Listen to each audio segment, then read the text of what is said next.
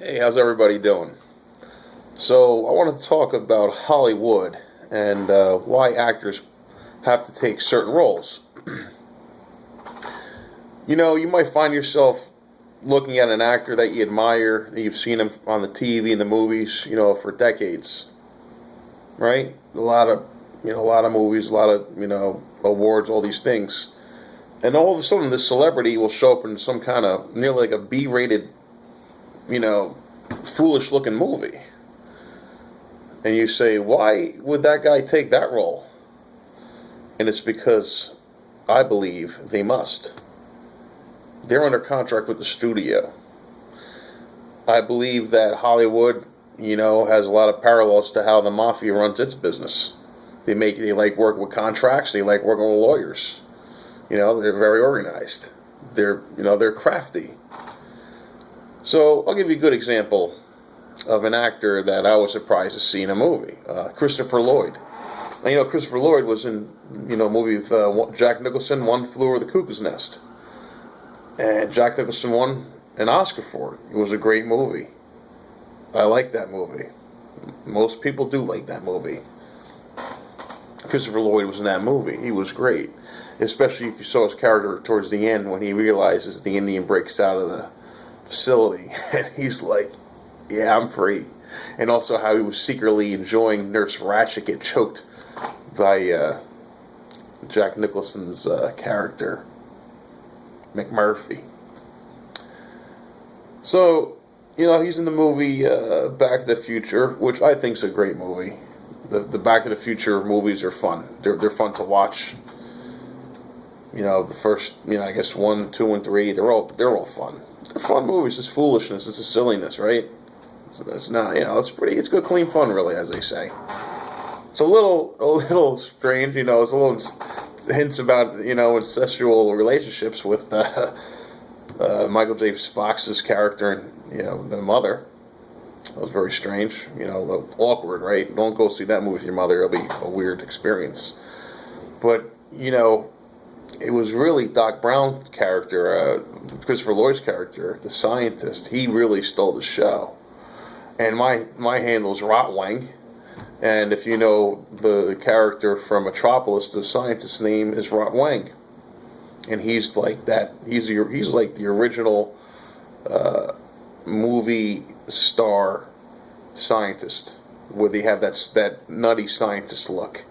With that white, longish hair, it's white, it's a little disheveled. He wears the cape, the I guess the doctor's type of whatever, the robe, whatever you call it. I can't think about the word right now.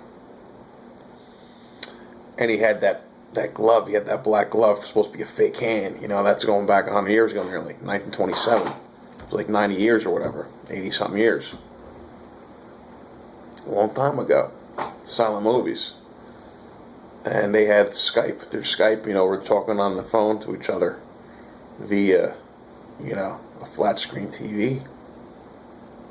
Right? So, it's a great movie. The point is, I saw this movie called Piranha. It was with Christopher Lloyd. Oh boy. I mean, I couldn't believe he was in that movie. That movie was it was so grotesque. Over the top. They had things in that movie that were really, X-rated, I'd say. It was X-rated. You know what I'm saying? If you saw the movie, I'm not going to talk about it. But it was disgusting. It was Piranha. It was basically just watching people having a good time, and all of a sudden they get eaten by piranhas. It's pretty sick. I'm sure there's a lot of people love that stuff.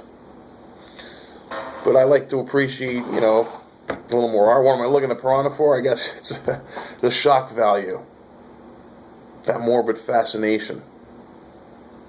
And I'll give you another example of an actor who I was surprised. Was Nicholas Cage. Now, if you remember his first movies, it was like Raising Arizona and Moonstruck. And he was like this sweet kind of, goofy type of guy. Even though he was a kidnapper in Raising Arizona, he was just like this naive guy. Was like in puppy love with his wife or his girlfriend, whatever. Goes to kidnap some kids. It's the wrong thing to do, but they did such a good job. You forget about the act of kidnapping. So, fast forward, he's in this movie Drive Angry, you know, and his character, he's someone who escapes from hell. I guess the guy dies and he goes to hell, and he escapes out of hell, and then he wants to drink beer out of some guy's scalp, which he does. At the end, they show him drinking his beer out of someone's scalp. It's still bloody and it's pretty nasty.